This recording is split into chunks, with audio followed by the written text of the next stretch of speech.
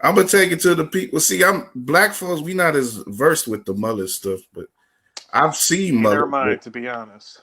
Yeah, but see, he looks better now. But before he tied the ponytail, he looked like Joe Dirt or something, man. I got a backup mic right here. Ryan Bukowiecki with the long, luxurious hair. He's donating. So, ladies, you're only gonna enjoy him for so long with this look, but he's donating the hair soon. I But mean, football Sundays, long hair don't care. It goes together, right? yeah, we letting all our hair hang out tonight, man. If I had Oh more, man, I let it hang out too. But you this sure is people pretty didn't lose their hair by halftime today? right. Yeah, a lot of people did. Mitch might have lost Or some hair. ripping them out? Yeah, but it ended right, man. This was a wild day, man. The Bears, another crazy comeback for them. A crazy comeback against Atlanta. Atlanta gives up a crazy comeback, which they're seeming to do every week now, and we have a changing of the guard at quarterback. Oh yeah. Yeah, that's what everybody wanted to see, and for me, that was enough for me to enjoy this game on its own. Because even though it was Atlanta, I didn't think that they were going to come back. I just thought that they didn't have it in them. But they did what they expected to do. I think what a lot of the coaches and their team expected them to do with Foles, and they're not going to admit it. And I said it in the text. I think it was like was it Murdoch in 18? I love it when the plan comes together. Like I think Great visual, by the way. Yeah, I think Nagy was exactly he was feeling him. I think he's feeling himself tonight, man, because this had to have been just what they were hoping for. They got the opening, and he said as much after the game. He didn't. He said it came down to the interception. What was it like? What exactly was that? It was towards the end early of the third quarter. Well, early third. Okay, Yeah, just after halftime, I think. Right, because they had the ball coming out of the half, so they were. No, I think Atlanta had the ball out of half, scored the touchdown, and got them up to like 26-10, and that's when. Oh wait, no, I'm sorry, 23-10. And 23 that's when he threw the pick, and they got a field goal off that drive. Right, but they were looking for that. They were looking for something else to come out of halftime. They got a little bit back, like going into the half, and then it was like, you were doing bad enough when you were just overthrowing. Now you're giving the ball up. So they made the move, and I think every drive after when Foles came in, every drive they at least got to the red zone. Well, technically, they scored a touchdown every drive, but two of them were just overturned. I was going to get into that. They scored every time, but the hands left for some reason. Oh my gosh, Anthony Miller for sure. Yeah, what did you think though? I thought Robinson was down with the ball. I thought his helmet touch on the 50-50. Yeah, he still had possession. Helmet touch. Tie goes to the receiver.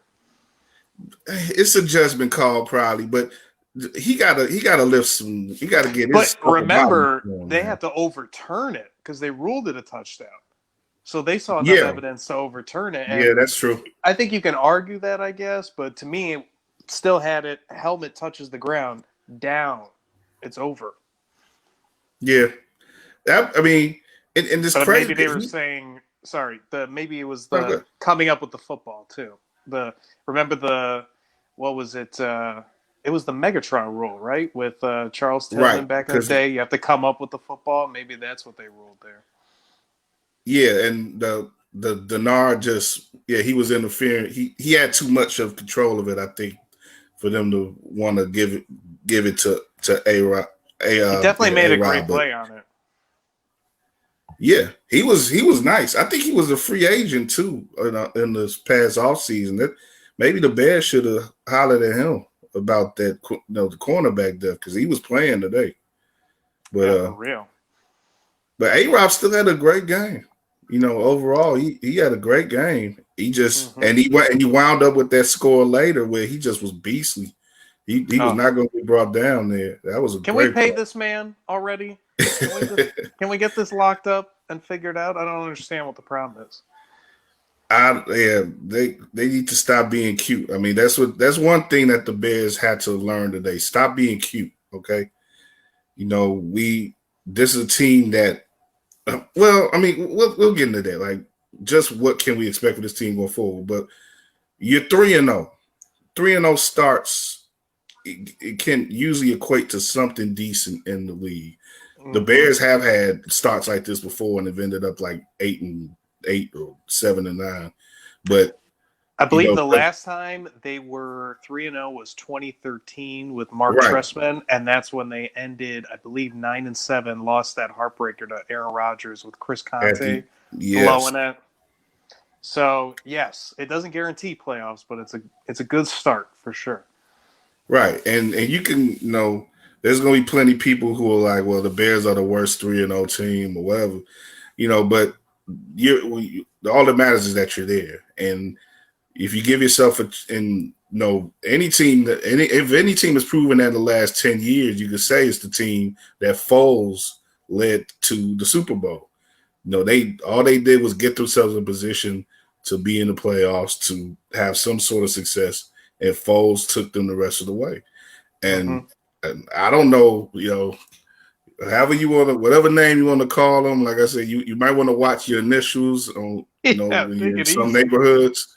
Yeah, but whatever you want to call Nick, I don't like the name in general, not just because of the initials, but I don't like the full name. But whatever you want to call him, he's a guy who is more adept at this offense than Mitch is. He's more adept at pretty much most of the basic things that you need in a professional quarterback than Mitch is.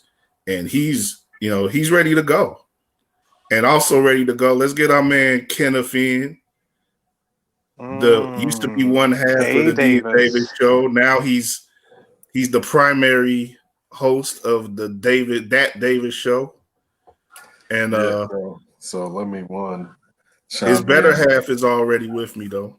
The half that makes it go, that makes the show go. What? Listen, you know what? I feel like that we've been in this business long enough that our childish antagonization doesn't need to take place as much. I don't do it to you, so I expect the same back as far as reciprocity of young means. Oh my God. Come on, don't make me feel like I expect the same back as a senior. I expect the same back. All right, we've moved past. Excuse me, good sir. Yes. But listen, you know what? I want to push back on what you said about Allen Robinson.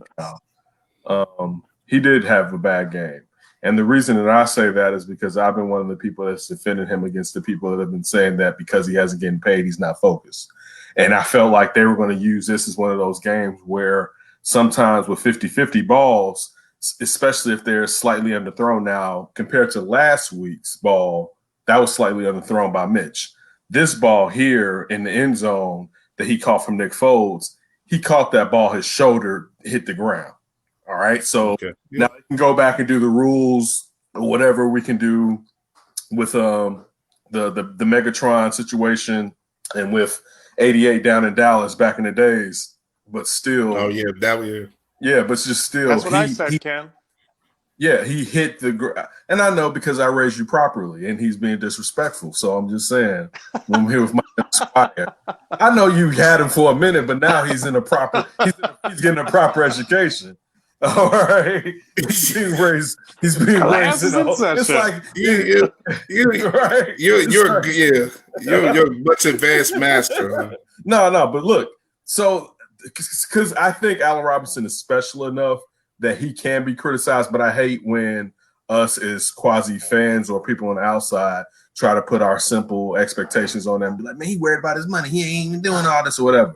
No, I think sometimes today, and like we said on our text chain, where I mentioned clearly when you're going from Mitch, and we know all these guys are used to playing with Mitch, they're not going to be able to switch and start catching the ball from Nick Foles as easy because outside of Allen Robinson, none of them have necessarily mastered their crafts. And we kind of saw that change. But also we saw the awakening of Anthony Miller. And now Anthony Miller has left a lot of nice balls for Mitch on the carpet this season, at least 2 to 3. All right. And he left one with Nick too. Yeah, but let's give him his full. Let's give him his full. But that pass that Nick did at the end, when he knew he was going to get hit, and he threw it. He threw it that way, right? Where it's like that's the point of now having a veteran, where it's like, you know what, I'm about to take this hit, but I'm not going to try to be perfect. I'm going to try to use what I'm getting from this hit, but still the momentum in my spin to get the ball to go in that direction, to give my receiver plenty enough room to try to run up under it. I mean, listen, at first with Nick Foles, it was like, we all knew with Nick Foles going in, it was like, all right, this has got to be a few weeks before we kind of see how this really is. Yeah. All right. He left he damn near got the ball up 2.5 times. All right. Like, seriously, but also, I mean, first of all, he came in with so much swag. Before he, and I'm not saying the swag totally left him, but before he started fretting a tad bit, he came out there like, and it's funny because I started to think about when you've been in this position twice on a team that's won a title, right? So first of all, he came in for Carson Wentz, and he didn't even know he was going to take them to a Super Bowl, even though he knew Carson Wentz was hurt. They didn't think they were going to win a Super Bowl that year, right? Yeah. And he's basically the team favorite. Comes in for him again and knows kind of how to massage the locker room when you're in that situation. You know what I'm saying? Because now he's gained that experience in how to be that guy. So like when I said to y'all, like, dog, him and Jimmy Graham have been planning this. Jimmy Graham was like, hey, you know how you used to get down in New England? I mean, not New England, with the Eagles as far as using that you, all right, I'm here for you all day. All right, like, if you don't think they've had conversations, and he was like, they've had conversations. It was like, let's get this bad boy done. And now, I mean, for him to go in and have kind of be like this, but still get it done, but to go down there on 4th downs and to have a vet, he's not great, but he knows what to do. And it's just funny because you started to look at the body language, and I know it's always kind of shaky to judge body language, but the O and how they was kind of rallying around him. You saw Kyle Fuller come up to Mitch and give him the dap, and Mitch kind of was like, because how he's supposed to be like, yeah, man, go. But still, all the people that's like, Mitch is the greatest soldier. Where was the pep? Mac be treating him like a son, like but that's why he wasn't out there talking last year, Mac, when Mitch was frailing or whatever. But now when we knew that this team's defense, even though this defense, I want to say this, it's not the same. Yeah, you're right. I want to get to that point. I want to say they played well down the stretch, but I don't know if it was just Dirk Cutter being Dirk Cutter as far as, dude, just run the rock. Like, and Vilma said it. I'm not saying it like I knew it before Vilma said it, but dog, Hill was killing. And mind you, I got it. And I'm only doing fantasy to know what's going on. This ain't even like real fantasy for me. This is $25. All right. But I got Todd Gurley on my team. And I already know it's like, dude, run Hill and then Gurley off of him and get this clock out. Dude, you're up by 16 points. You know what I'm saying? You can live. Listen, first of all, you don't even have to live off the play action. Matt Ryan was doing enough. All this, we're not going to sit here and take their foot off the gas to the Bears was nonsense. Because you should have been trying to run that clock out, especially when you knew what happened to Dallas last week. So I'm sitting there. And I'm like, they have a record of this stuff, kid. It's that's the last thing they should have been doing is putting the ball up for grabs and allowing more plays to get into the game. I know all of us where it was with 4 minutes left, we all said, damn, the Bears about to win.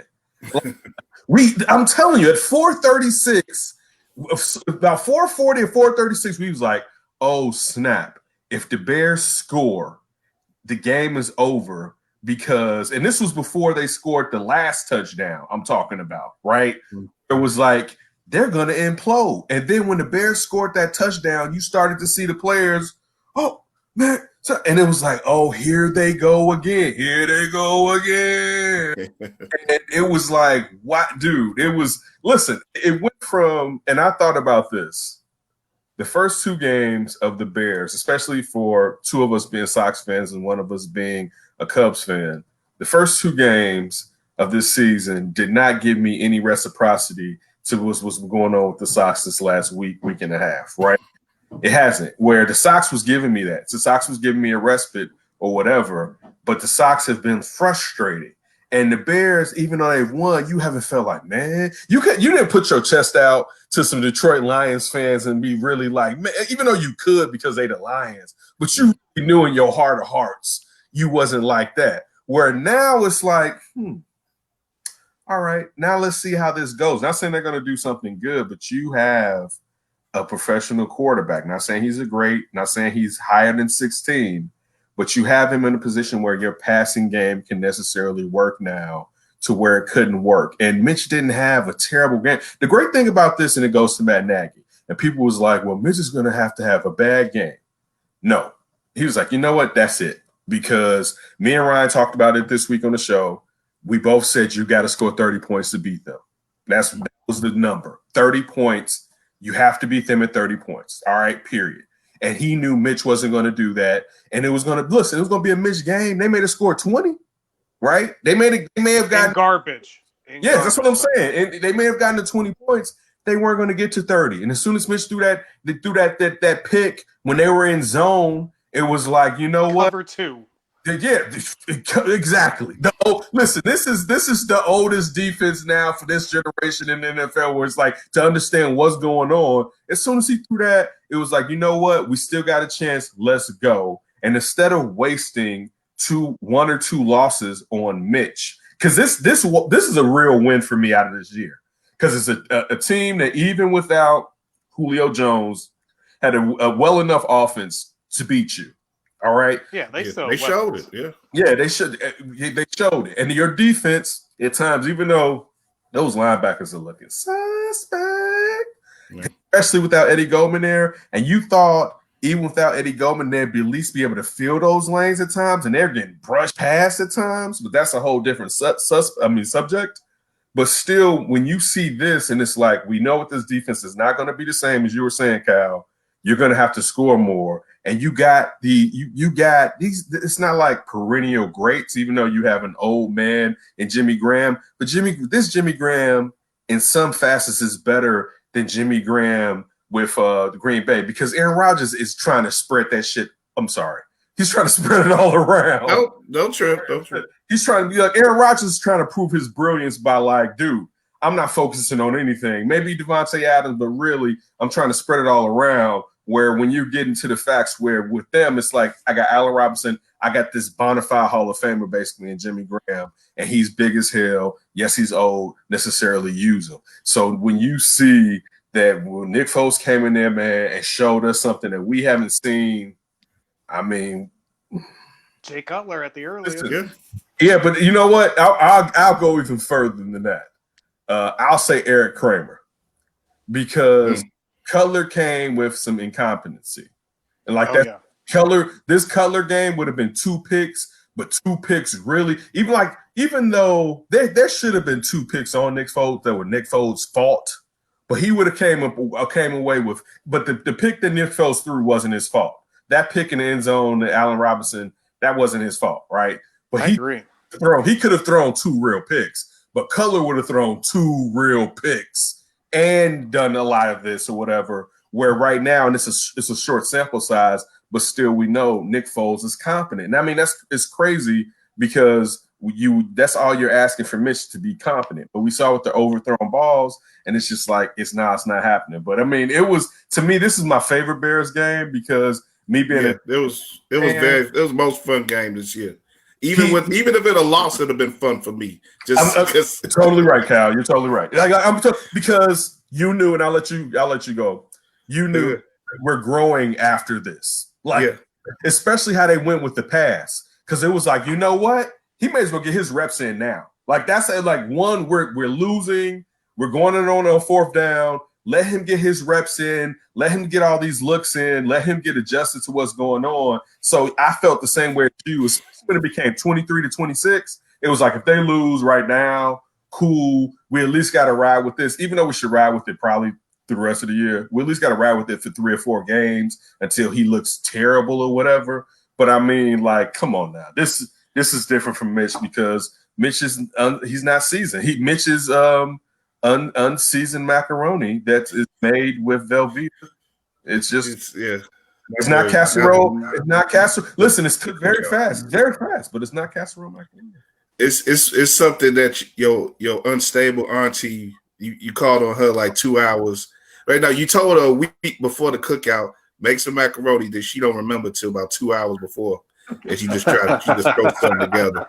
Exactly. Try to pass it off. Yeah, but like we were saying before you came in, like the 3-0, no matter how you get there, is important. And as you kind of just said there, the Bears could jag off a couple games, even as they try to get Foles into the whole thing of being a full-on starter again. They have room to breathe. They have room to operate. So this is really, you really couldn't get any better than this. I don't think Nagy could have played out a better situation for himself if he wanted to. And it's just great to see that they got to this place without it being a tragic thing. Now, on one hand, you do have Tariq going out. And the thing was, like, you talked about how people reacted in the immediate with some of the players. There was like a trying to was like, ooh, as soon as he came off, and Vildor basically did it as far as pushing the special teams player into him. Yeah, the play. Yeah, but Cohen, energy wise, he looked. Well, first off, they didn't start using them until Foles came in. It looked like he got a couple plays right away after Foles came in, and I was thinking, like, man, Cohen might be one of the happier players to see this change happen because Foles would get that quick out to him on the screen pass and stuff. He will get that right out to him. Yeah, I'm with you. I'll say this before Ryan jumps in real quick.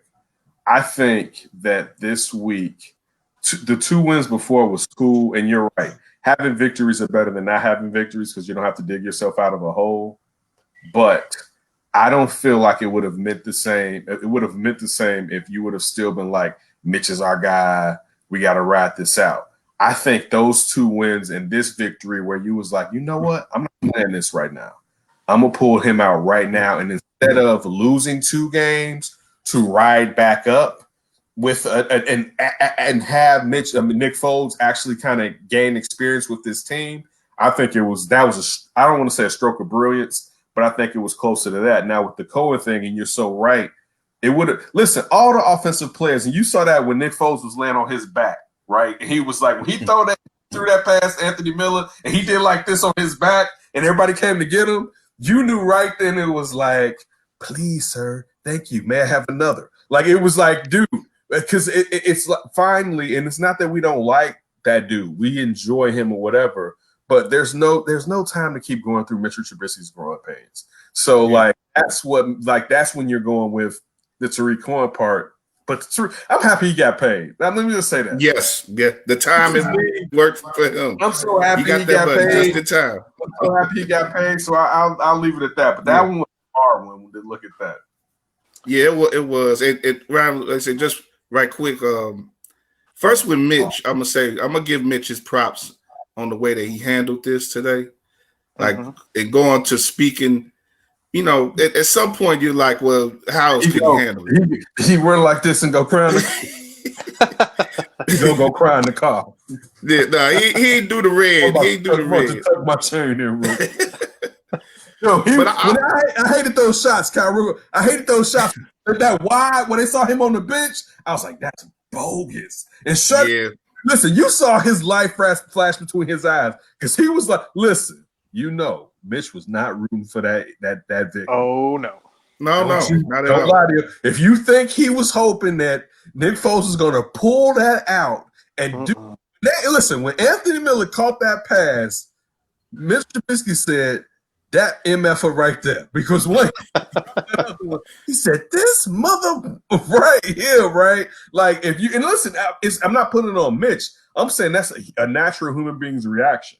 Yeah. Oh, But sure. I seeing him speak about, like, for him to just speak to anybody after the game shows We give that him so much. He talked after the game. Man, he actually came but a lot of he got sent there. He talked, right? a lot of dudes wouldn't even have done that though, kid. Yeah, Like they come out there and say something. Imagine Jay Cutler doing that. That's different, right? But you know, that's a different type of swag right there. That's that type of don't give a F type of swag Jay Cutler had comes once in a generation. Yeah. Oh, yeah. Jay's whole, you're willing to date Tommy Loren. Yeah. Well, Jay is happier. Jay is happier on his farm with his chickens. Jay played his whole career like, he played his whole career like, look, I'm waiting to get back on this farm, man. I don't need this. So he didn't care. So Trubisky though was like, you know, like you said, he saw his whole career flash before his eyes, and now he knows he's going to be nothing more than a number 2 guy for the rest of his career if he wants to be in the NFL. Someone will give him another crack, a brief crack, and then it'll have to be where someone gets hurt that he gets another chance. Someone will feel like they have a chance to correct him. I mean, listen, even though Derek Carr is played necessarily well the first couple of games, and they brought in Marcus Mariota, don't think John Gruden didn't think there may be a chance to insert Marcus Mariota. You know what I'm saying? It's the same with Grable with Ryan Tannehill, bringing them in last year. So, yeah, he'll get another chance, but this was his. Listen, this is the thing about Mitch. And this is the thing that I always say about quarterbacks, especially in cities like Chicago, where there's no history of successful quarterbacks. And then even if there was, this will probably still happen because there's this abstract view as far as of the stereotypical qualification of a quarterback. He's the leader. He's the man. We follow him. And I never understood why the Bears players was like, man, you got to understand. He's just like this. And it was like, no, he's not. But that's what you kind of have to say because you getting that vibe. But in games, it's kind of like Dwight Howard shooting 80% in practice, but when the game comes on, he can't knock it down. So you're like, his swag when we be doing this is like this. And he's our quarterback, right? And he's cool, and the city is behind him. Like I remember the first time when he was at the Bulls game and he got booed, it was kind of like, Shorty, you ain't there yet to be at the – like, you not there yet for that or whatever. And so he's been living this job that he didn't earn. Like Mitch did not earn being the starter. He became the starter because Ryan Pace paid an inept Mike Glennon to be the starter, right? He didn't beat out Mike Glennon, right? Mike Glennon should have never started in the NFL, all right? So it's not like he had to earn the job. So he's had this job in this position, but he hasn't either put in the work or he either doesn't understand necessarily how to break down everything, right? And so the problem is either he doesn't either put in enough work to do it or he doesn't know how, all right? But he's been – and then the worst part, and I think some of us have been in this situation. I know I have been in a situation where it's like I'm worried if other people find out I'm not necessarily who I'm supposed to be. You know what I'm saying? And he's been living – syndrome. Yeah, he's been living this lie of I'm this person and this is my job, but he did not earn that job. So now when you see him and like you were saying, he's breaking down, I didn't know how to do this. I was kind of decent, but I still couldn't get it done. How am I going to do this? And he still couldn't necessarily break it down. I think the Bears, when people were like, Nick Foles should have came out and been the starter, it was like, no, you let Mitch fall. And Mitch didn't fall horribly, but you still let Mitch show he's still Mitch. That's the thing. Because you still got these Mitch truthers or whatever, but you let Mitch prove he's still Mitch, and then you bring in Nick Foles. And then listen, Nick Foles isn't the end-all be-all. Me and Ryan already have our next quarterback that we're going to draft is we keep Nick Foles for at least another year or two from North Dakota. The kid from North Dakota, yeah. Oh yeah, we're bringing him in. All right, we're Trey Lance, baby. We're gonna grow the football with him. All right, grow the man. time in the incubator, growing the football and growing the man, as Ryan just said. But I mean, Nick Foles isn't the end all be. Like, don't get it twisted. Not to say Nick Foles can't help us, but he's competent. And I mean, it still goes from the point of, and me and Ryan had this kind of thought thinking about the Green Bay Packers 2 or 3 weeks ago, and like how these bastards have always woken up and every weekend be like, man, we in the game. And we never have that feeling where it's like we can come back at any point on you. And it's like, as a Bears fan, you never woke up every week thinking you could come back anytime on somebody. You know, and Nick Foles isn't that guy, is the reason I'm getting to that. But as we grow the football, we will get that guy. And that's the thing. That's the last thing I want to get into, because before we get into some league-wide stuff. I think this decision today, it does a lot for Nagy as a leader and as a coach and as a controlling factor, you know, in what the Bears are doing. Like, you know, people are already putting up memes and stuff like the Captain Phillips, I am the captain now stuff with you know, with Nagy versus Pace. And me and Jack Silverstein talked about a little bit on Twitter. Like, I think in some ways Pace is a lame duck right now, because his plan didn't work, and Nagy probably was in his ear for at least a year. I'm with you. I've been with you, and I've said this on the score. I'm not saying that he's going to lose his job, but I'm saying that he's been undercut in a deep way. And okay. Finish this. I'm sorry. But I'm saying he's been undercut in a deep way. His plan didn't work. The plan is the option has played out now where Nagy has the guy that he wants quarterback in, at least for the near future. You know, going beyond that, they got to find someone else, because that's what a competent NFL team would do. They have to find a guy for the future, be it Trey Lance or whoever. But right now, they have the team. They're closest to the team that Nagy wants to win now. So, you know, Pace just got to fall back. And I'm not arguing with that. It's similar. You got to prepare for the 21 draft, essentially. Like, because this ain't about what he's done right now. So look, I think Pace definitely has an ego. I think when you look at the running back room, it proves to you that he has an ego, because there should have been another veteran in that room. And now, because one of those guys are going to go down. All right, like that. The fact that they didn't have 4 to 5 running backs, and one of those guys could have been a special teamer. You know what I'm saying? But 4 to 5, because you got a receiver playing running back and Cordero Patterson, or a return guy, which definitely, you know, he can do it, but he's still. And I will say this: he doesn't know the nuances, because he doesn't know. Sometimes his speed, he can break the angle cutting through between the tackle. Like, sometimes he bounces and comes back. And it's like, if you would have just hit between that tackle, that guy, because you would have blew the angle, he could not get to you when he was trying to close down on you. But he still necessarily doesn't know that. You have David Montgomery, who is over intense. All right, I'm a David Montgomery fan. He does a little bit too much in a good way. But I worry about him necessarily getting hurt. And now you have your little gadget guy, and he's out. You should have had someone else to be in there. But I don't think the Bears are going to get rid of anyone, because that's not necessarily the history. But you also have to give Ryan Pace props, because, yes, Matt Nagy wanted to bring in Nick Foles, but he brought him in to save his ass also. You know, sure. It's not a situation. Now, I'm with you. Do you think Ryan Pace wanted them to go to Nick Foles right then? No. That was Nagy. Matt Nagy was, but I said this last year to D, any place that we were at on any platform, don't think Matt Nagy's going to let Ryan Pace kill his career, because he may never get another chance to be a head coach. If he will be a coordinator if he lets Mitchell Trubisky down his career. That's why you start to see the separation. I thought Ryan Pace was going to be at the end of the year interviews. I thought he was going to be a tad bit more honest, to be accurate, as far as talking about Mitch, but he wasn't. But his actions showed you how he really felt, because he did bring in Nick Foles. Matt Nagy didn't force him to bring in Nick Foles. This is still Ryan Pace's team. He brings in that, and Matt Nagy basically told him, I can't get this done if we don't have another guy, and also if we don't have a guy to push him. And what came to fruition was, it didn't matter who pushed him. This kid can't do it. And I mean, he does it someplace else. but he can't do it. And it's the fact that we kept lying about it. And I mean, not us real fans or whatever. And it wasn't like, and I hate the fact that people thought majority of us was really dissing him, because we really wasn't. We really wanted him to be pretty good.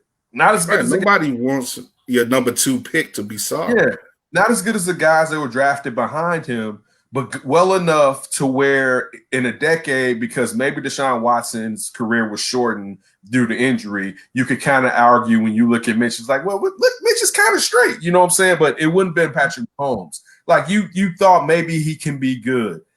With us, he can't be good. Matt Nagy did not unlock him.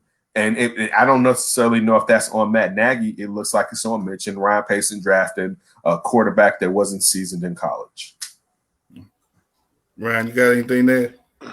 Well, I honestly think Pace and Nagy are pretty lockstep. I mean, Pace's mistake is believing in Mitch for this 4th year, but I mean, how much belief did he have? He declined the 5th-year option, and they were going to give him X amount of games. And I think, like, going into this game, I felt, all right, if it ain't happening this week, because, like, even in my 4th and goal series, goal number 1 was score, and you could really take away the rest of the goals. Like, this was set up on a platter for Mitch. There's no crowd noise, no other environmental factors. You've got the offense and the capability to shred this particular defense, and he couldn't do it. And let's say Mitch wins that game. Nick Foles doesn't come out, but everything still happens as it was, but he just wins it. We would not be feeling good about the 3-0 Bears, because we would say, look at this same crap all over again. But now I feel you can argue they're not the worst 3-0 team, because when you get a real quarterback, like you're seeing what Ryan Pace, I guess, has built finally, everything else can shine. All the other players benefit today. All the coaches benefited today. When you got somebody that's real there that can take advantage of a wide open guy downfield, and that Miller play that we talked about, the game-winning touchdown, Mitch said in the post game that he overthrew that same route in the first half of that game. So he couldn't make the throw that would have been the difference. So when you have that guy that can actually do that, now the offensive line can shine. Now the receivers can shine, running back, defense. And, yeah, the defense didn't play well enough, but, you know, we knew they were going to give up points. So they played well down the stretch, though. Yeah, they did. They got a report. No, I don't think it was a bad effort. Like, we knew that Atlanta was going to score. Breaking news real quick. All of Nick Foles' windows was broken out. They don't know who did it. All right. Please continue, Ryan. But I'm sure Nagy was like, yo, like, it's over with. This dude can't throw. And what the hell is Pace going to argue with? New information, Matt Nagy's windows were broken out, too. I'm trying to remember. I'm trying to remember, what was that car that Pace saw? Was it Toyota? Was it the Accord? Or was it Honda? It was either a Camry or an Accord. It was a Camry or Accord. And grandma said, Brian would always bring this up too. The Camry or Accord, make sure you bring that your grandma's Chicago. Because listen, when I'm gonna tell you though, I'm with the real talk. Put on my GM hat. If you're evaluating quarterbacks and you're not using the used family automobile that they're driving in the evaluation, you have no business evaluating quarterbacks. Yeah, aren't you the quarterback of the car you keep is the quarterback that you are? And listen, look at Kirk Cousins buying his granddad's van. Remember that in Washington? Oh yeah, the van it was like, man, he bought his daddy's van or something, right? This conversion van. It's like, dude, if you're not acquiring used family products as a quarterback and you're not being thrifty, I don't necessarily trust you necessarily. I'm just letting you know, man. Ryan Pace has taught me that. I think Bill Walsh started that. Yeah. It's called the Pacean algorithm. The Pacean algorithm. Yeah. It depends on the mileage, the year of the car. Cam, you know why. Drew Brees must have been in a used Accord one time, and he's like, oh, my God, that's what my quarterback's got to have. Right, listen, he had, like you just said, Ryan, he had a rental down in New Orleans, right? It wasn't a lot. And Ryan Pace saw, he was like, so that's what a star quarterback does. Yeah, that's my kind of guy. Right? Oh my god. But where we going? We apologize. We got windows That was it. I and said busted and Honda that must have been Accord. that must have been the car that was speeding off with from the scene. That's what I was trying to. That was the joke I was trying to get. You know Mitch blew out those windows, by the way. Oh, Yeah. listen. Mitch, He was on his Jasmine Sullivan. He was the only one not dubbing. His Khalees. Clubbed up tonight. Listen, if you don't think leaving Soldier Field, I'm being honest with y'all. I'm gonna tell you this: if Mitch doesn't appreciate this about Chicago, if he didn't pull over by the lake, coming right from Soldier Field, if he didn't pull over by the lake and get a real heartfelt cry in, his like just. You don't appreciate It's an ugly cry. Yes, Kyle. It's like just a. You could have had it all. Last year, he told him to turn the screens off on the televisions, right? And his worst fear, and the dude came back and did a Dallas on the Falcons, right? And he did what Mitch did against the Lions. So it's like he canceled out your best performance. But it's the Falcons, though. Like, you're right, Ryan. But it's the Falcons. Even without Julio, Calvin, listen. Yeah, they're real. They're real. Know, like, yeah, with Julio age out, I got you right here. Roll Tide. But with Julio, like, Calvin, Calvin, can we take a moment to observe how he dusted? Like, who? Oh my which God. one? No. Which one did he dust? Fuller, even though, okay, Fuller was supposed to let him go. But you listen, he dusted Jackson because he used to do that. Yes. He was like, I used to hit him with this and then I went. Yes. Listen, I'm telling you right now, right? I hit him with this and I go. And he fall for it every time. Them Alabama practices, man. Ooh. You gotta go there. We gotta go down there one time and observe one of them practices, man. But he basically, and again, maybe you don't put it on Fuller because Fuller was supposed to release on that man. I don't know what Ryan is going, but Fuller was supposed to release on that man. He reacted to this game. I'm gonna let y'all go soon because this game is looking good here. But I got the damn basketball highlights on. Y'all up in here watching Packers. We got fourth and ones and football or fumbles for the quarterback.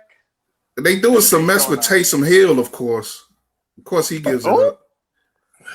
Hey, how about when we're talking about Alabama, Trayvon Diggs with that DK Metcalf strip in that Seattle game against Dallas? Good old Alabama defensive back making the play.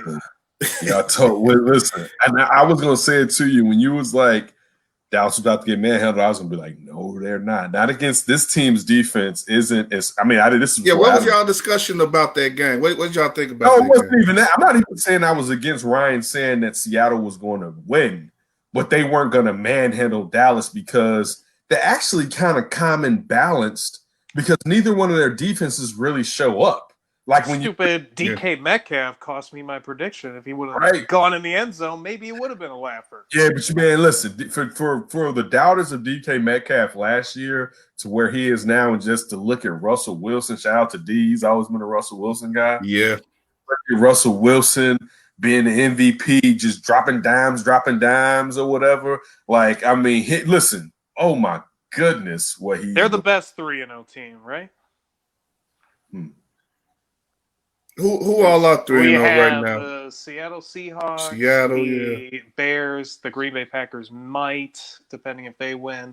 Pittsburgh Steelers. And maybe Kansas City. Kansas City or Baltimore. Neither and Tennessee. Yeah, the team who wins tomorrow is the best 3-0 team. Yeah. That's what I was about. And listen, the team that loses is the best 3-0. What if they tie?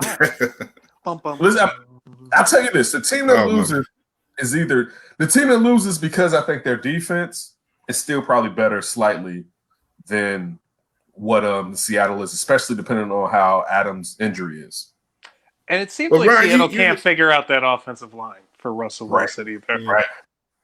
Well, Ryan, you say, what if they tie, though? I think a tie nowadays is like a scarlet letter in the NFL. The Bengals and Eagles tied today, and like, who wants to be either one of those teams? 2-1, baby, both of us. Well, you know what? If I'm the Bengals, I'm not upset about that. No. I'm not upset about that if I'm the Bengals. If I'm the Eagles with the amount of money that Carson Wentz is getting paid, I'm going to tell they brought in the homie Hurts, man. Yeah, I'm a tad bit upset about that. I'm just like, dude, and especially when we keep trying to infuse talent. Now, maybe it's the management as far as the talent they keep trying to infuse him with. But yeah, Carson Wentz has not looked like the Carson Wentz from 3 seasons ago. So, and he has some fresh money. I'm gonna be a little bit more aggravated towards him than I am against Joe Burrow out here just doing it all solo. So I go out there, Joe Burrow, and do it on your own, fresh from college, and you throw 60 times a game. Right, Did Nick Foles ruin Carson Wentz? Is he the reason? He might have, yeah. He might have scrambled his brain. Yeah, I mean, he played a part in it because it showed his teammates a different option, and it also showed them that Carson's way wasn't the only way. And then it showed them that Carson's way wasn't the way to win a Super Bowl because he didn't win a Super Bowl with him. So there was always doubt. So he basically lost that locker room when you really think about it. You know what I'm saying? It's like, no, we did this when you wasn't here. Right? Like, think about it. He's trying to tell me what to do and he wasn't here. He wasn't playing. I remember what we did when we won that Super Bowl. Do you? While you was incredible. I'm trying to diss him. I'm just trying to tell you how people think. I mean, people usually go to their own thought processes of why they're better or whatever, and right or wrong. But what can he really tell me when he failed? I mean, he failed because availability is the best thing in football. So he failed, all right, when he was going to win an MVP. And then the next year he failed again, and the dude didn't take us to the Super Bowl, but he damn near did again, proving that maybe he's better with us. And now it's proven now that Nick Foles is better with those Eagles, you know what I'm saying, with that coach than they are with Carson Wentz. That's just the truth. You know what I'm saying? If who's a better player? Carson Wentz is a better player. But, man, who's going to unlock Carson Wentz? Because it doesn't seem like it's going to happen. Well, the same thing with like Mitch. Like, Mitch is more talented than Nick Foles, but he ain't nowhere near that. I'm with you, but we will not put Mitch and Carson Wentz in the same sentence. We will not disrespect Carson Wentz. We will not disrespect. Carson Wentz was a league MVP till he blew his knee out, and he was looking like, whoa. Yeah. Right. And from the quarterback factory of North Dakota State, let's get real here. Right. You're correct. There you go. Correct. There you go. But y'all, like you say, Ken, Wentz did at least have that near MVP season. What about Peterson, though? Do y'all think that maybe he should be start to look at different? Oh, hell yeah. The Super Bowl bought him a lot of time, and this is the problem. It's the connection between ownership and the quarterback. It's kind of the New England thing that we allege, basically.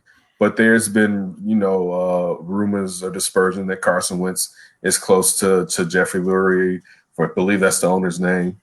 And so and you get the quarterback that's close to the owner, and now he can start sitting there. And I think that's the reason the Cowboys haven't necessarily been good, because you can go talk to Jerry, and basically the coach doesn't have power, because I can talk to I showed up late. Jerry, man, I was doing this. Coach told me I can't play, I can't start. Jerry, man, I got you, whatever. No. You let the coach do that. You separate, between you and the players. That's the coach's role, basically.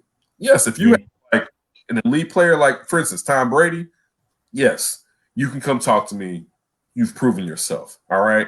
But like the fact that if the problem is, and it goes back to, and we talked about this on that Davis show. Let's not forget that the season after Carson Wentz came back, there was rumors that players, and believe Alshon Jeffries, were defense too with him, and the defense. But the thing was, he got upset with them calling plays that he believed were Nick Foles plays, because it was quote unquote dummied down from what he was doing when he was starting during that almost MVP season, as you mentioned, Kyle.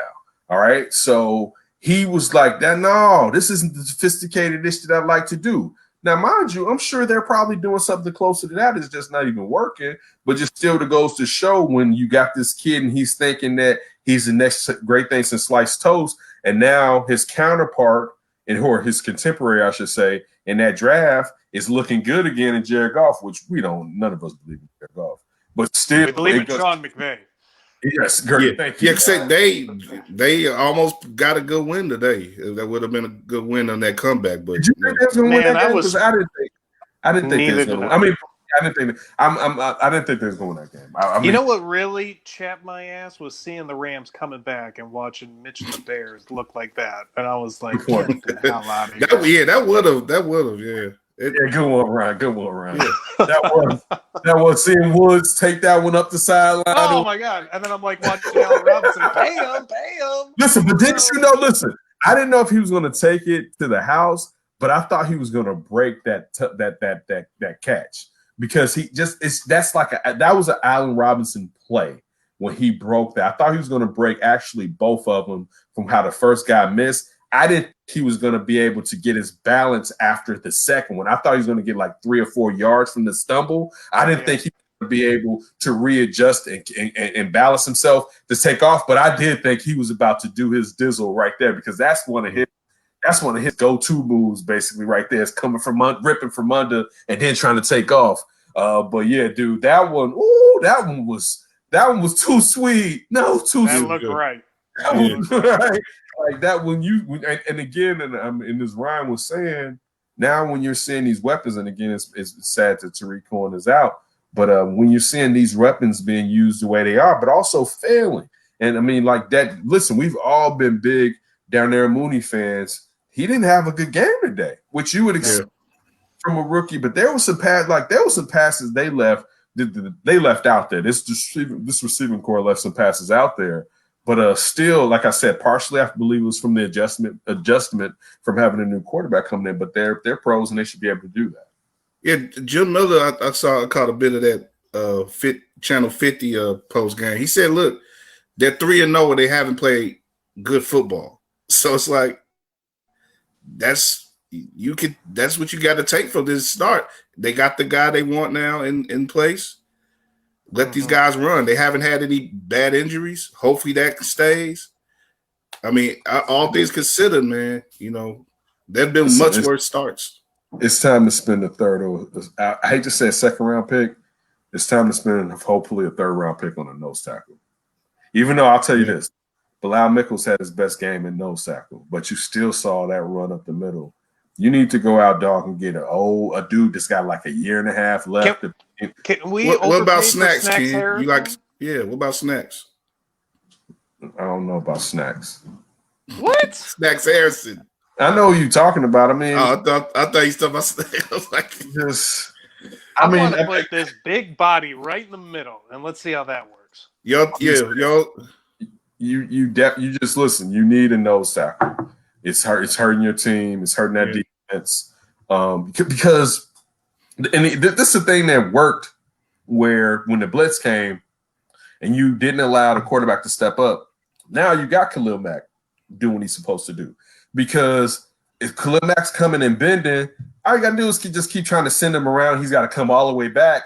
But if you're pushing the quarterback back from that initial push in the center and not creating a pocket for them to necessarily climb up, now you're allowing those edge rushers a better chance to do what they're supposed to do. And you're allowing Akeem Hicks to necessarily do what he's supposed to do. It's just you have to. I think he was starting to get that push for the first time this year, too. I agree. Second half.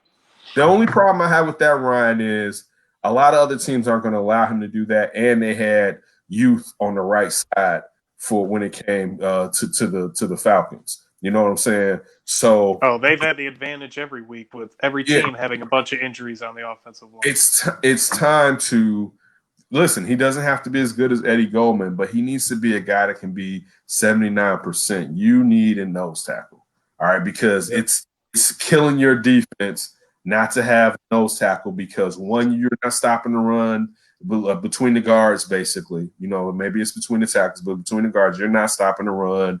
All right, you're giving them that initial ability to get to the second level, and two, you're not pushing the pocket back, allowing your edge rushers to be able to get to that quarterback because now they got to cut and try to come back up as the quarterback climbs the pocket.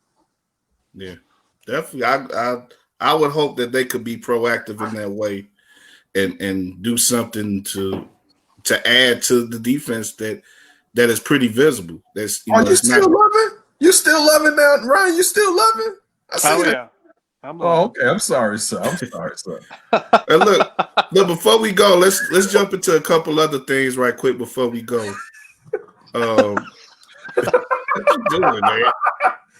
What's that being silly? That's my guy right there. What you sipping on, man? Oh, listen, this is why we don't do. Yeah, this is why we don't do. We can't do these shows. Sunday nights are not the nights for me to record. This man went fishing. I told you, Ken. Football? I told you, Ken. I want to do more stuff like this. I'm doing this on Tuesdays. I want to do more shows where we drink and talk shit. I want you not to do it. I want to do it. Now you do. Kyle, you got all the shows right now. All right. I want you to do it. But I'm just saying, as far as because things could go left, and it was funny when D played that clip from like a week ago, and it was Tony sent this clip. We was at the crib. We was at D's crib, and we was going hard. I was going hard. I was going hard. And it was one of those things where it's like I don't like to necessarily see myself like that, so I'd rather not. I understand. Yeah, I rather not. I mean, like I'm straight right now, but it's just like one of those things with Ryan because it's like for instance, I went fishing yesterday. Like I'm still wound up. I'm trying to get my relaxation on, even though it was mad relaxing at points.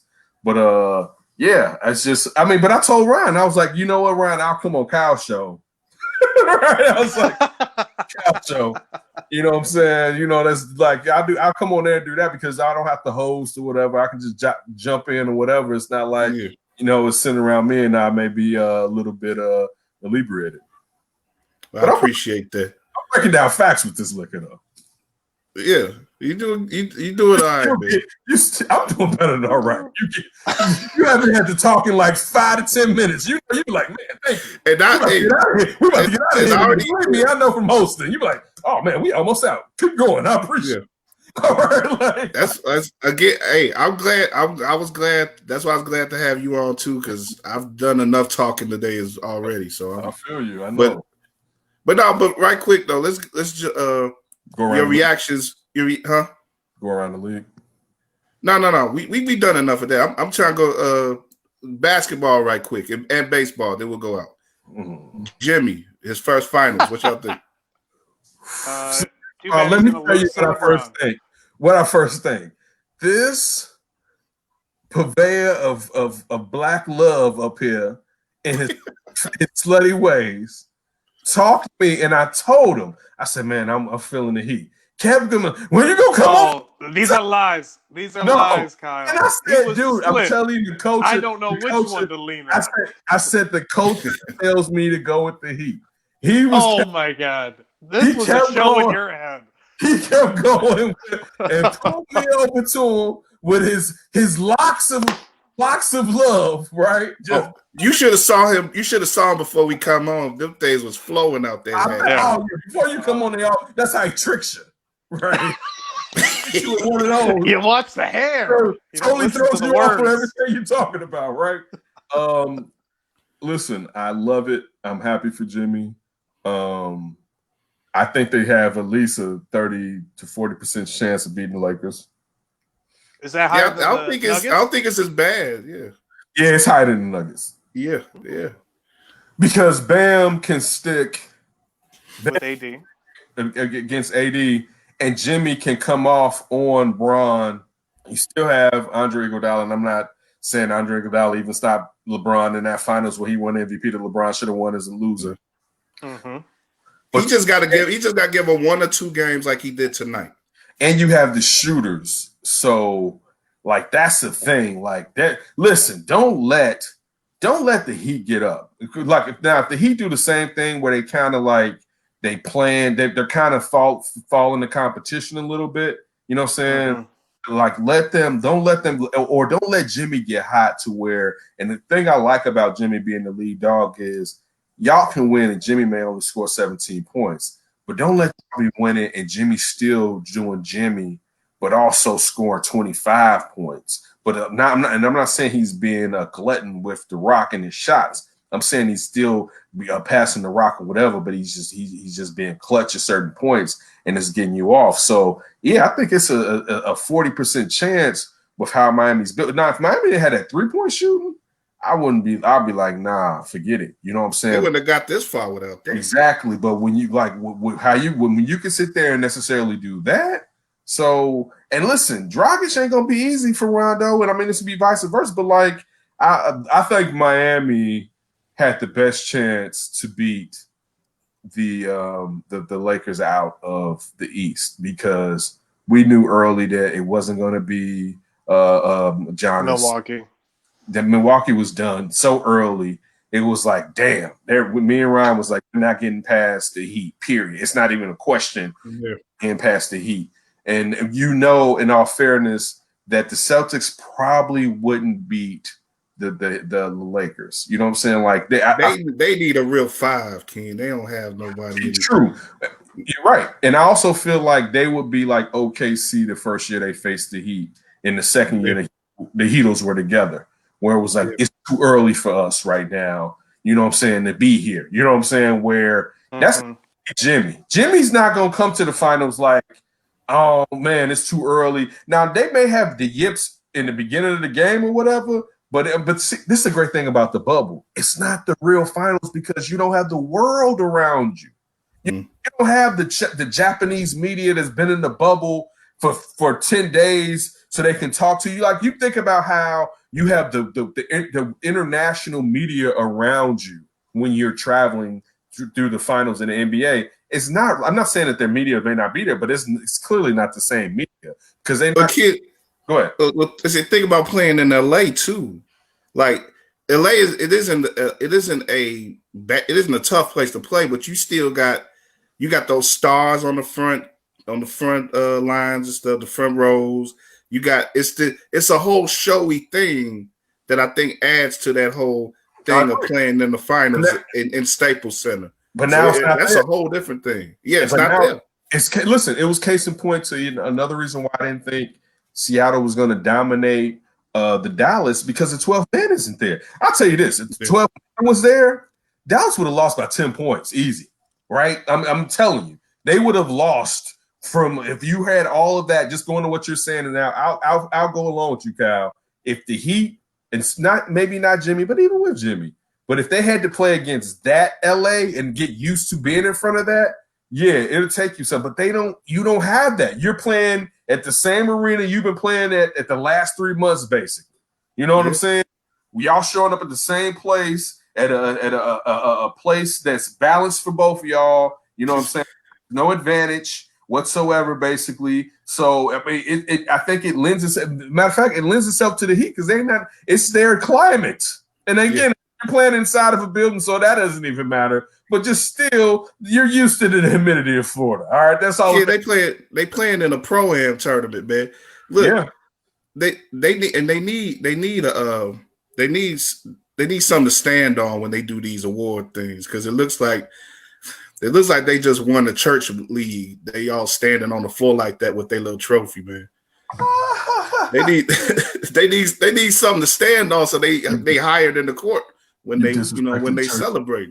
But you're right. You're right. I mean, the worst part. So even when you bring that up, and this is old, they had to go back with how they was going to celebrate Giannis, because you knew that got pushed back, and it was like, oh, he's about to Dirk.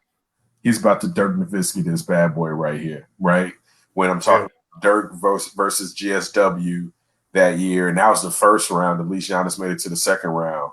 But it's like, you have to give a losing MVP player who's out of the playoffs his MVP. And it's like, well, how do we? And if it was me, and I hate the league for this, I'd be like, you know what? Let's get this out early. I'd be like, let's get this out while he's still playing. Get it out. Let's like, there's no reason for us to hold on to this, because, as you just said, there wasn't enough pageantry, basically, as there usually is. You know what I'm saying? Like, it wasn't enough pageantry. So without the pageantry, you didn't have to sit there and try to leave us in suspense. It wasn't necessary. You know what I'm saying? You could have done that, because, again, I feel like anybody that knows basketball knew Milwaukee wasn't going to go that far in the playoffs this season. I was hoping, but it was looking. It didn't look good. It didn't look good. But right quick, baseball. Cubs got the Marlins. Sox traveling to Oakland. Do either one make it out the first round? I think the Cubs got a shot. I don't know if I love the Marlins. They lost a pitcher too, Jose Urena. So I'll give them a shot. I'm worried about them though. They at least get to play here. The Sox messed up, man. But Oakland, they lost a pretty good player in their own right, Matt Chapman. So they might be the weaker of the top seeds in the AL. I look at this Sox implosion as a gift. Because, to get rid of Ricky? You're right. Yeah. You can't I told you got to get rid of Ricky. You can't. Yeah, you did. You can't allow. I mean, nobody was saying we had to hold on to him. But now. We couldn't win with him. Yeah, you can't live this lie. You know what I'm saying? Where this is. Because, listen, some of this is, and it's always on the players, but sometimes it is for that manager to reignite the players. And what is it for the last 15 years? Maybe the manager can get you 3 or 4 wins. Or whatever, we ain't get them. It cost you one this week by putting Carlos Rodon in that situation. Yeah, I mean, and it was unfair. It was unfair to Carlos Rodon. Like that's the thing too, where it wasn't even fair to him for you to put him in that situation. He like, I just wanted to see. You know what I'm saying? It wasn't want to see time when we're chasing down, like what Cal just said. We're not playing the first series at home. You know what I'm saying? Like, what are you doing? Like. And it's just time to where again, I argue with this with Sean Sierra because he wants Ozzie Guillen to come back, and I'm like he's a liability in the league, right? I'm just like, listen, it's time for Alex Cora, AJ Hinch to get this job. And I'm gonna tell you this: Cora didn't get fired, did he? Yeah, but they were talking about bringing him back. Yeah. Because he didn't get hit with anything. The league didn't hit Core with anything. So they hit Hinch.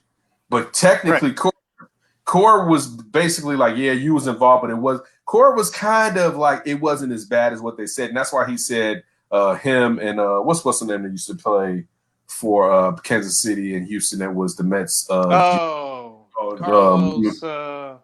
Beltran. And that's when Beltran and them didn't get hit like they said they were going to get hit. And I read an article today that perhaps Boston's going to get rid of the manager and they may be incentivized to bring Alex Cora back. Dude, you may as well. Watching that Cleveland game, baseball game, and I saw Sandy Alomar in for Terry Francona. I'm sitting there and I'm like, first of all, Sandy's supposed to be our manager. They wanted him to sit there and be Robin's bench coach. But they don't want to call him. Right. And they're like, the reason he didn't take it was because he knew he was going to end up getting a job and he didn't want to seem like he was trying to supplant him or whatever. But even like going along with that, you had sticking with Cleveland baseball players. You had Omar Vizquel, who was one of your minor league managers. And then again, you had fired him too. Right? No, he left because he didn't feel like they were going to give him the opportunity. I believe he thought he deserved. And then Terry Francona, who he's he's L'd and he's the manager of Cleveland now, but he was another minor league. It's just like get somebody, like get somebody for real, because now you have the talent, and this talent this last 2 weeks, and again, it could have been growing pains. So I don't want to thrust it all upon him, but clearly after getting into the playoffs, they took their foot off the gas. I mean, and I don't think he would have gotten the batting title. TA, he took his foot off the gas slightly. I don't think Jose did as much. Definitely Luis Robert. Luis Robert got us out here looking like we was talking crazy, right? And it's not that we was. He got us out here like, listen, I know Cubs fans and people be like, y'all said Shawty was going to be a top 5 player? And it's like, he just relax. He will be, right? Yeah. He got us out here looking crazy. And he shouldn't with what he did this year, but it just has from how this month he's just slumped into like yesterday, basically. Yeah. And it's just like, he was like 0 for 26 at one point. It was terrible. Yeah. So it's bad business. So to get to your question, it's bad business. But you see what Daryl's saying down here? He's acting like the Yankees are. Everybody's scared of the Yankees, of course. Oh well, hold on. So first of all, no, because Daryl, we wish our buddy Daryl. He shout out to Daryl, man. But because listen, he a weirdo. And first of all, what? So I'm not dissing him. But he's one of those people that loves a team that has nothing to do with his market. And as soon as the Sox got in, he was like, Yankees in 2. First of all, I'll tell you this, Daryl. I actually prayed that we got the Yankees because there was one team I didn't want to face. It was Cleveland, and I haven't wanted to face Cleveland for 3 weeks. I was like, man, not Cleveland. And people were like, they don't have no offense no more. And it's like, not Cleveland, right? Like the pitching, I didn't want to face Cleveland. No one's afraid of the Yankees, dog. Like the Yankees. I know they're the best team in their division. I know they're getting healthy now, but yeah, nobody's really afraid of you. Dog, come on. They're going to come listen, with our pitching, especially with our first 2 starters in our bullpen, everything after that, I don't trust. Who are the Yankees playing? Toronto is with Tampa. It might be the Twins. I'm not sure who the Twins are playing. You should never ask a question you don't know the answer to when you're on. I'm ready to stretch. The Yankees are playing the Indians. Your cousin used to always do that, but don't ask that. We'd be on the air at the score. He'd be like, well, what if someone like, no, if you don't know, don't bring it. Yankees. You know who are the Yankees playing? If you just start typing that to yourself to find out, ask that across this right now. And listen, Daryl, Cleveland. See, that's what you get, Cleveland. Hey, how about 4 teams from the NL Central making it? Yeah, that's some. Nothing? Oh, man. Who cares? Just playing in the toughest division. But they letting half the league into the postseason. So it's the crazy thing about baseball. They don't let 2 teams from the other 2 NL divisions, Kyle. Listen, who's really rooting for their division in baseball? Usually, you're kind of like Who says they're rooting? No. I may root for the league, right? Like, I hope the AL wins, right? I hope the AL. Hell no. If the Cubs go down, I want the AL to win. All right, that's what I'm saying. But I never was like, man, if the Sox don't win, I hope Cleveland win or the Twins win. No, I hope they lose. I don't know where you're getting this rooting thing from. It's just showing how successful the Cubs are. Especially if they beat the Sox. The toughest division. Only team that I care for was Kansas City. Kansas City lost so much that I can't say I was rooting for them. Like, if you suck. I'll say it right here. If Pittsburgh ever wins, I'm going to throw up. I don't want to ever see them win. And they've lost just as much as those Royals. For Daryl's sake, listen, I hope that Cleveland doesn't take y'all asses out. Listen, there's a man called Jose Ramirez. Please, mama, keep that man away from my house. All right? Because he kept breaking in here and doing all types of things he's not supposed to do to me. And, Daryl, good luck with Shane Bieber. He'll skirt off in the Corolla. Right, since you want that so much. Skirt off in the Corolla. Yeah. Well, look, if y'all want more of this, listen to that Davis show each week. Y'all got your stuff ready for this week? Maybe. Yeah, maybe. I mean, it may be a little. I mean, usually, we've been trying to hit it with some sport and also some social justice, so we may keep it within those. We're going to have an interview on the Breonna Taylor case from a reporter down in Louisville, so we will definitely have that to be determined on the date of the release. But we'll definitely have football recap. We got baseball playoffs that day when we're recording. So a lot going on. Finals. There's a lot going on. Yeah, it's gonna be how many games there are Wednesday? There's 8 baseball games Wednesday. Everybody plays Wednesday. Yeah, I'm only watching. That's why they got the Cubs. The Cubs are playing like at 1:00 Wednesday. Yeah, I'm only watching about 3 or 4 of them. Sorry. Hey, that's pretty good. That's pretty good. Yeah, I'm gonna get right. That's more than most. Yeah, this and game 1 of the finals gonna be at that night. Is that on Wednesday too? Listen, I don't even care about the finals to a certain degree. I mean, what? Rooting for the Heat, but it's going to be a fait accompli. I mean, it's going to be. Oh, you just think? I mean, it probably is. Brown for 4th title. His little bubble title. Corona got to come in for you to get you another ring. Yeah, the Brown lovers are they're so feeling themselves already. Like you mix the Brown, better not lose. I'll say that. You mix them with the Laker fans who are already off their meds. Like you know the one we're closest to. Like Yeah, it's gonna be insufferable. Yeah, I mean, like Ryan said, they better not lose. At least you could take Thursday off from football with the Broncos and Jets. Oh yeah, they really haven't. Like the Cleveland Cincinnati game wound up being decent, but they really haven't give a damn about these Thursday games Did early Fox on. damn? I guess so. They haven't showed them. They just been showing them on NFL. Well, you know what the first real Thursday night game is, though, right? Nick Foles, Tom Brady, Bears, Buccaneers, rematch. I thought it was a Sunday game. No, that's Thursday, baby. Nick Foles about to bust Tom October 8th. Yes, Nick he Foles. is. Nick Foles about to bust Tom Brady's ass. Yes, he is. Listen, I'm gonna tell you. Listen, especially if Godwin isn't back. Now, maybe he's gonna use his tight ends, but if you just go a big receiver on the Bears, you need a little bit more speed than just big receiver on the Bears defensive backs. I'm just telling you that Nick Foles gonna mess around and bust Tom Brady's ass across all the way to Cooper. All right, be like, damn. I mean, Cooper like Tampa Bay. They go, yeah. They go. Troy Aikman gonna be like, "Damn, I ain't see that ass whooping coming." Giselle gonna be in Brazil, like, dude, is coming across. Yeah, that's not my husband.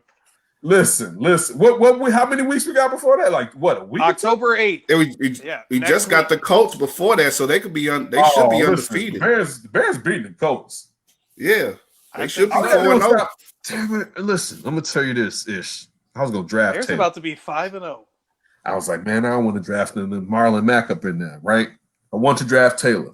Should have drafted his ass. Because I dodged a lot of guys who got hurt. I was like, no, Saquon, I don't trust it.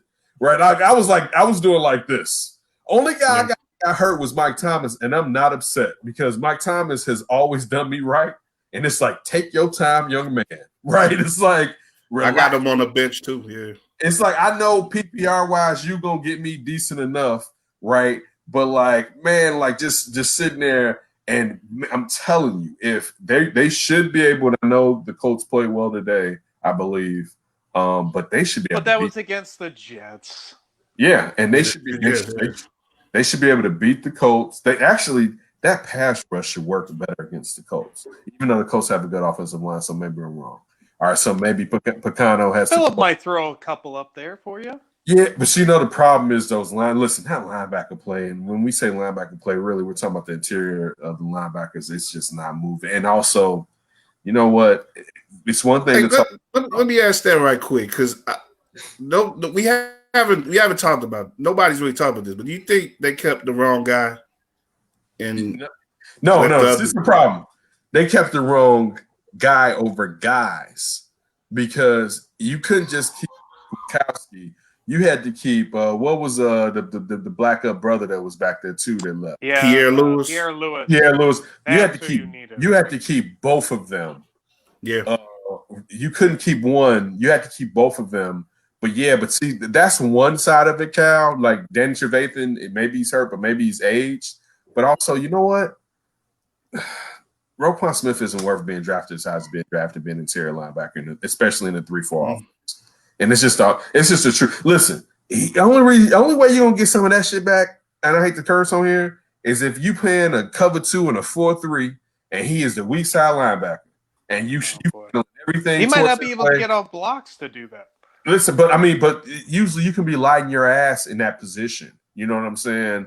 To where you're all about speed when you're the weak side linebacker in the cover 2. You know what I'm saying? But like right now, and I'm not saying he's bad. I'm not saying like, man, Roquan Swift sucks. I'm just saying like his rookie year, you thought, you know what? Maybe there's a chance he could actually fill in the lineage of these great Bears middle linebackers. And right now it's like he's straight. You know what I'm saying? It's like he's not terrible, but it's like he's straight. But I don't care. There's not really huge linebackers like that anyway. So just because he's mobile doesn't mean he shouldn't be able to shed a block. He's thick enough to be able to shed a block. Nobody's running with fullbacks 24/7 anyway nowadays in the first place. Mm-hmm. And that's Pace's best first-round pick, baby. That's tough. Green Bay just beat out New Orleans. They're 3-0 now. I'm surprised at how late we're going to see them for the first time. It's going to be after Thanksgiving. But what do you like that? I know, I love. But usually we see them much earlier than that. But and it usually starts our season off on a back. Exactly, they might be actually playing good football then. I like that because listen, Aaron may be nicked up by then. What do y'all think we gonna be, and they're going to be when we have that first matchup? You think it's gonna be for the division's gonna be on the line? Well, at this rate, with the Vikings and Lions, none of them are going to be competing for shit right now. So it'll be the Bears with still a shot at least at the division title when they. I'm with you. I'm listen. I think totally. I think the Bears lucked up if Nick Foles can be competent. You know what I'm saying? And that's where let's just say he has a game and a half of bad games, but for the most part, he's working through the system and hitting open guys, hitting guys at different levels, not just guys that are the check down guys. If he could, and not to say he can't check down, but still those deep passes. You know what I'm saying? And it's weird. Just here. Not purely check down like Mitch. Yeah. It's weird hearing Jonathan Vilma as a rookie during all these games because he's hitting on like Mitch cliches.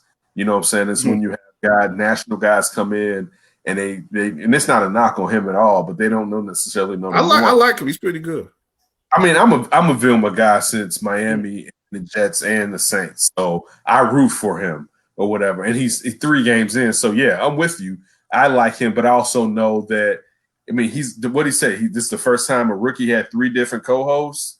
He had three different. So you got to think how hard. And one was Dick Stockton. So you have to work with the skeleton. One of those. So just think about how difficult his job has been. So I'm owning that part, but I'm just saying like he had to stick because you got to think when you're coming into these different markets, you're hitting on the stereotypical narratives that are naturally going on. You know what I'm saying? And it's your job kind of to find the nuances. He's early, so he's not going to know how to really find the nuances in that situation just yet.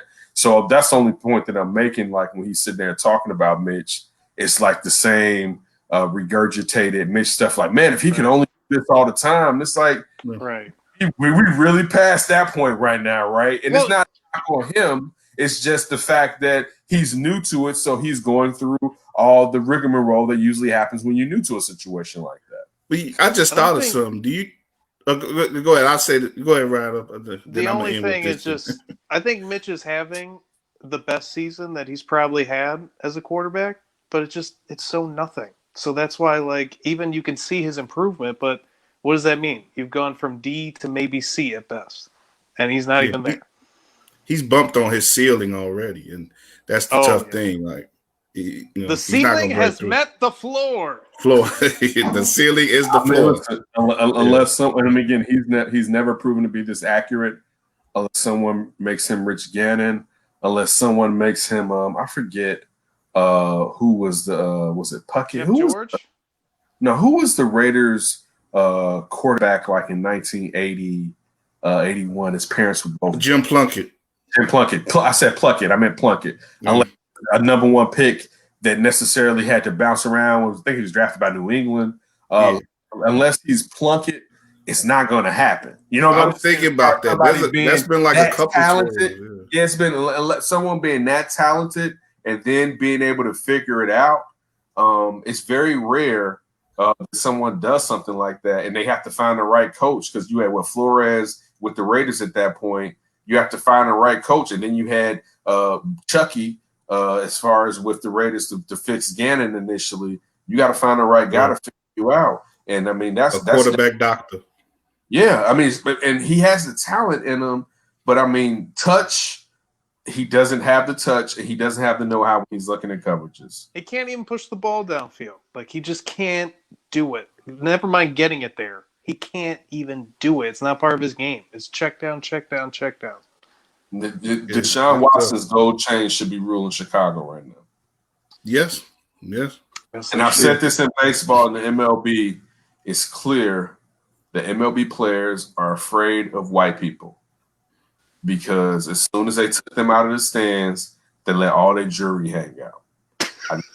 It was like, they gone. I just want to point that out. They've been getting all type of slur.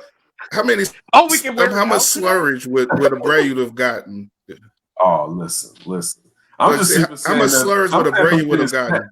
I'm saying from getting them snatched. That it's not even just from the culture wise, but let you know how they just fear the poverty when it was just like, oh, are the poor people gone? I was watching the Sox.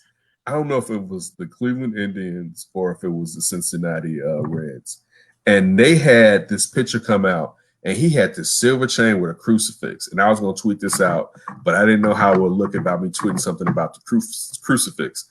And maybe it was Cleveland, but they had another pitcher. Was it Zach Plesac? No, but he wears a lot of chains. It was a reliever, but they had another guy come out, and his name was Quinnan, right? And Shorty had on like black diamonds. And I was about to be like, listen, Shorty, you got to go holler at him. It may have been the Sox. I can't remember who it was. But I was like, somebody needs to loan him a gold chain.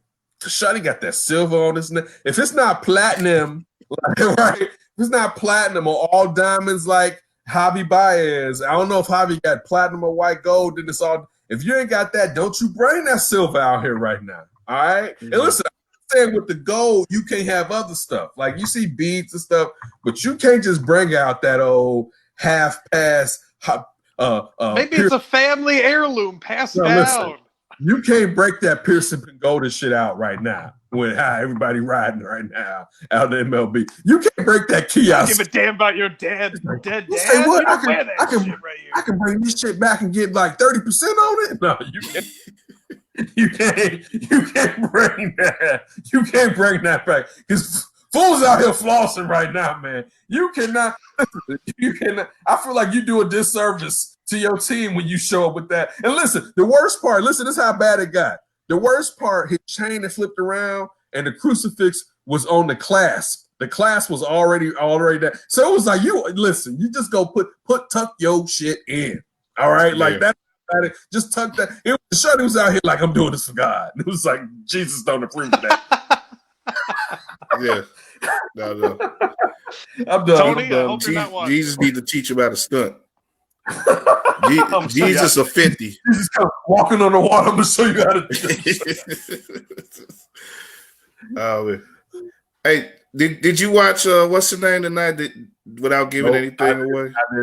I did. I watched The Boys today. I caught Friday. I caught Friday's Boys, but I have not watched Lovecraft. For you, I have not watched Lovecraft Country. All right. I get you had another 15 minutes you could have watched. No, first of all, I don't live in a house by myself. I don't live on my own. I appreciate that y'all can do that and do whatever the hell you want to do when you have to do it. All right. I got 3 other people I have to do with, and one of them's grown, and half of the time is like, All right. So I'm just saying. Trying to get in the Sox, the Bears, other baseball when I'm fast forwarding through the Sox, I'm like, wait, I recorded this and they're getting their asses kicked for the second series?